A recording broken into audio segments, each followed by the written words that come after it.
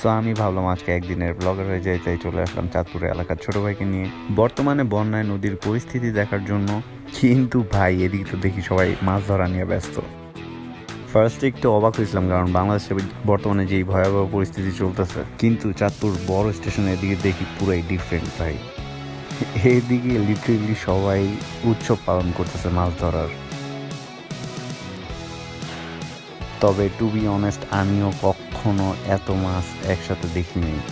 আপনারা জাস্ট দেখেন একবার নেটিং করাতে কতগুলো মাছ উঠতেছে।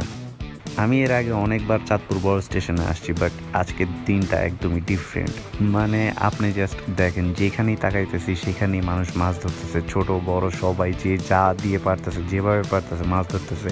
ইভেন অনেকে বালতি দিয়েও মাছ ধরতেছে।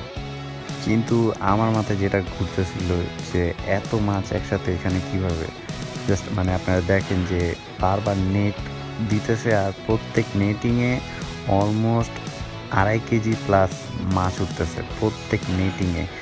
আর এই যে ওরা যে নেটিং করতেছে, এখানে কিন্তু ওরা রেস্ট নিতেছে না, নেটটা উঠাইতেছে সাথে সাথে আবার পানিতে ডুবাইতেছে, সাথে সাথে উঠায় ফেলতেছে। পরে এই ভদ্রলোকের থেকে জানতে পারলাম যে এই মাছগুলো বন্যায় মাছের প্রজেক্ট থেকে নদীতে চলে আসছে।